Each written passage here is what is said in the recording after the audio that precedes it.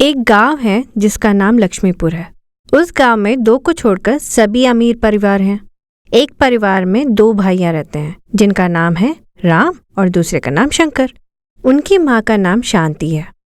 राम की पत्नी सुंदरी और बेटी शोभा। शंकर की पत्नी का नाम विमला। उनका घर और भी छोटा है। ये बहुत से लोग उस घर में रह सकते हैं। उस घर में नहीं रह सकते। हालांकि उन्होंने समायोजित करना और जीना शुरू कर दिया। वे दिहाड़ी मजदूर के रूप में काम करते हैं और पैसा कमाते हैं और अपने घर की देखभाल करते हैं। शोभा स्कूल जाती है और वे पढ़ती है।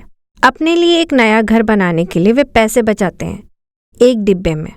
किसी तरह उन्होंने अपने लिए नया घर बनाना है, ये उनका लक्ष्य है। एक रात जब हर कोई सो रहा होता है तो एक चोर उनके घर में प्रवेश कर जाता है। वे इधर उधर खोजता है। इस बीच वे उसे एक मनी बॉक्स को देखता है जिसे उन्होंने लंबे समय से बचाया था। इसी बीच कुछ भारी आवाज से उस घर में सब जाग जाते हैं। राम उसे देखकर चोर चोर चोर, चोर उसे पकड़ लेता है। राम चिल्लाया और वह उसके पीछे भागने लगा। शोभा दूर से सब देख रही थी। उसने एक लंबी छड़ी ली, निशाना लगाया, उसके पैरों को मारा। उस छड़ी से उसने पैसे छोड़ दिए और बक्सा जमीन पर गिर गया। क्योंकि हर कोई उसका पीछा कर रहा था इसलिए उसने पैसे छोड़ दिए और वह भाग गया। पैसे लेकर आ गए घर। उनकी माँ बोलती है, इस घर में बहुत से लोग हैं, इसका क्या उपयोग है? मेरी पोती ने शानदार काम किया, वरना हमारी मेहनत की कमाई बर्बाद हो सकती थी। उन्हें डांटने लगी। राम और शंकर खड़े होकर देखते रहे। फिर से उनकी माँ बोलती है, ऐसे मूर्ति की तरह खड़े होकर क्या देख रहे हो? तुम लोगों को कुछ समझ आ रहा है या नहीं? माँ, हमें समय बर्बाद नहीं करनी चाहिए। कल ही हम अपना नया घर बनाना शुरू कर देते हैं।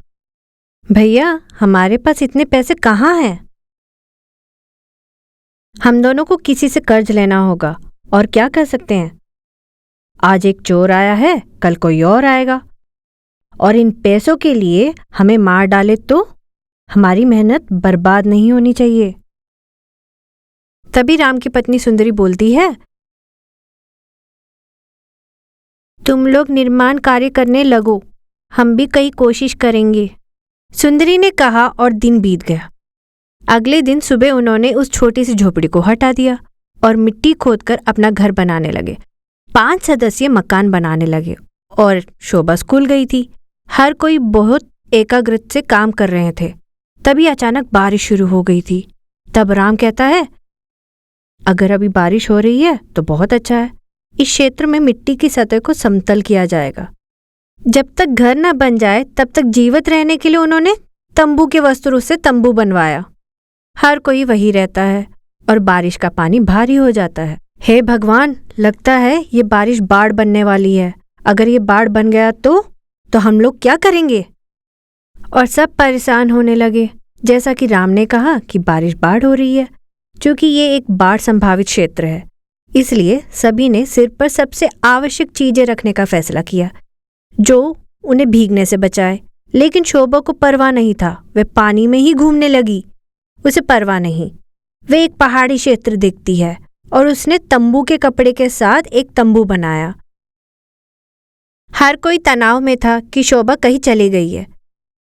इसी बीच शोभा टहलती हुई आई। पापा, चाचा, मैंने हमारे लिए टेंट बनाया है।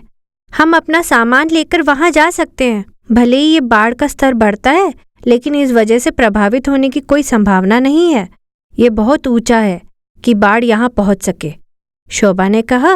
और सब लोग शोभा की बात मान गए और सबसे जरूरी चीजें लेकर तंबू तक पहुंचे। शोभा ने जो किया उससे सभी बहुत खुश थे। मेरी प्यारी बच्ची, तू बड़ी होशियार निकली। तू ही हमें आगे ले जा सकती है, हमारी इस गरीबी से दूर कर सकती है। अच्छा पढ़ना बेटा, तुम बहुत ऊंचाई पढ़ना। उसकी दादी ने आंखों में आंसू लिए कहा, मुझे लगता है हमने बहुत जल्दबाजी की है। हमारे लिए सुरक्षा के लिए कोई जगह नहीं है। इस बारिश के लिए मुझे खुद पता नहीं कि इतनी परेशानियों से झेलना पड़ेगा। घर में बहुत से लोग हैं, हम कुछ पैसे क्यों नहीं बचा सके? मुझे लगता है हम बहुत बदकिस्मत वाले हैं। मेरे बच्चों, इतनी छोटी सी परेशानी से सब इतने परेशान क्यों हैं? तुम जानते हो मुझे तुम दोनों को पालने के लिए कितना सामना करना पड़ा। तुम्हारे पिता के बिना मैंने एक परिवार का पालन पोषण किया। उस दिन अगर मैंने अपने बारे में सोचा होता तो मैंने तुम दोनों को कुएं में गिरा दिया होता और मैं भी खुद मर गई होती। ऐसे कठोरता से वचन कहते हुए उन्हें एहसास दिलाती है कि ये गलत है। हाँ माँ, तुम्हारे संघर्ष से तुलना की जाए तो हमारा कुछ भी नहीं है तुम्हारे सामने। हमें कुछ पैसे कमाना है और हमें अमीर बनना है। अगर हम इसके लिए डरते हैं तो हम जीवन में आगे नहीं बढ़ सकते। ऐसे ही हर कोई सबके लिए और सबके लिए खड़ा था। धीरे धीरे बाढ़ का पानी बह गया। सभी लोग मकान निर्माण कार्य पर फिर से जुड़ गए। सभी ने इतनी मेहनत की और पैसा कमाया कि घर बन गया ताकि ऋण की जरूरत ना पड़े। वे अपने घर में बहुत खुश थे और उन्होंने अपने को नहीं रोका। हर कोई बहुत मेहनत करता। कई दिन बीत गए। उन्होंने उस कमाए हुए पैसों से एक बुटीक चलाना शुरू कर दिया। इतना अच्छा चल रहा था कि उनमें मुनाफा आने लगा और खुशी से रहने लगे। उन्होंने पैसे से बहुत से गरीब लोगों की मदद की। कड़ी मेहनत करने वालों को दातू का सहारा दिया। ऐसे ही इन परिवार ने बहुत काम किए। तो जीने के लिए सुखी जीवन में अच्छे दिन देखने के लिए कड़ी मेहनत करनी पड़ती है। जैसा कि कहा गया है ना, कड़ी मेहनत भुगतान करता है। रतनपुर नाम का एक गांव था जहां पर एक धनवान परिवार रहा करता था। उनके घर कीर्ति नाम की एक लड़की काम किया करती थी। कीर्ति उनके घर सुबह जाकर सारा काम करती और शाम को घर वापस लौटती थी। उसकी माँ थी शारदा, जो आंख से अंधी थी। कीर्ति अपनी माँ की आंखों के ऑपरेशन के लिए घर का काम कर पैसे जुटाया करती थी। ऐसे कई दिन बीते। एक दिन हर रोज की तरह कीर्ति काम पर जाने के लिए तैयार हुई। माँ, मैं काम पर जा रही हूँ, आप अपना ख्याल रखना, ऐसे कहती है। इतने में कीर्ति के बेवड़े पापा शराब पीते हुए वहाँ आए। वो ठीक से ही रहेगी, तुम उसकी चिंता छोड़ो और कमाने पर ध्यान दो, ऐसे कहा। उस पर कीर्ति ने कहा, फिर और क्या करूँ पापा, घर पर आप होते हुए भी ना के बराबर हो। उस पर पापा ने गुस्से से कहा, अंडे से निकले चूजे ने ही उसकी आगे इतराई हो जैसे। ये सुन कीर्ति रोते हुए बोली, पापा, अगर आप पीना छोड़कर माँ के ऑपरेशन के लिए पैसे जुटाते तो हम इतनी परेशानी में ना होते। पापा, आप ऐसा क्यों करते हो? इस पर पापा ने सही जवाब ना देते हुए, मैं पी पी कर थक चुका हूँ, सोने जा रहा हूँ, कहकर वो अंदर जाकर सो गया। कीर्ति के पास और कोई चारा नहीं था। कीर्ति ने माँ को ध्यान रखने के लिए कहा और काम पर चली गई। माँ शारदा आंख से अंधी थी, इसलिए वो एक जगह बैठ गई। इतने में पापा की आंख खुली और वो चुपचाप घर में ढूंढ रहा था कि कहीं उसे पैसे मिल जाए। इस तरह ढूंढते हुए कीर्ति ने जो माँ के ऑपरेशन के लिए पैसे इकट्ठा किए थे वो उसे मिल गए। उन्हें लिए वो खुश हुआ। अरे वाह, इतना रुपया भला कहाँ से आया होगा? अब मुझे पैसों का जुगाड़ करने के लिए इधर उधर भटकने की कोई जरूरत नहीं। ऐसा सोचकर उसने सारे रुपए लिए और वहाँ से चला गया। कुछ देर बाद अपना काम निपटाकर कीर्ति घर वापस लौटी। वो पैसे लेकर आई और माँ से कहा, माँ, मुझे आज वेतन मिला और इस महीने से मुझे पूरे 10,000 देंगे, ऐसा कहा उन्होंने। मैं बहुत खुश हुआ। अगर ऐसे ही मेहनत करती रही तो आपके ऑपरेशन के पैसे जमा हो जाएंगे। उस पर माँ ने रोते हुए कहा, पता नहीं मैंने पिछले जन्म में कैसे पुण्य किए होंगे जो मुझे इस जन्म में तुम जैसी बेटी मिली, और पता नहीं मैंने ऐसा क्या पाप किया था जो एक बेवड़ा मेरा पति बन गया।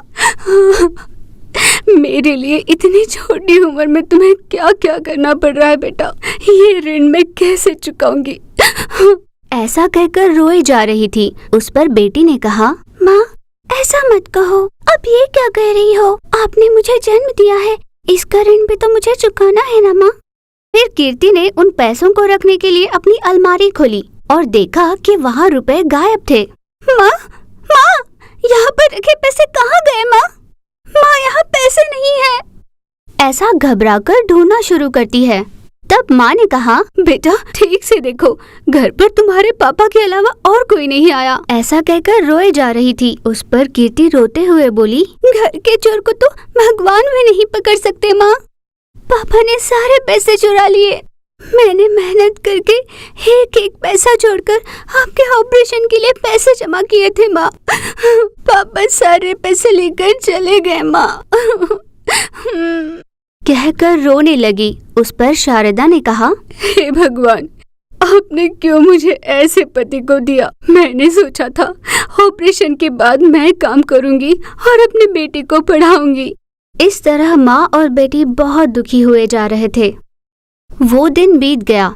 अगली सुबह कीर्ति बड़ी उदास मन से काम पर निकली। वहाँ जब वो काम कर रही थी तब उसकी मालकिन वहाँ आई। कीर्ति, बेटा क्यों तुम आज उदास हो? ऐसे पूछा। उस पर कीर्ति ने कहा कि ऐसा कुछ नहीं है।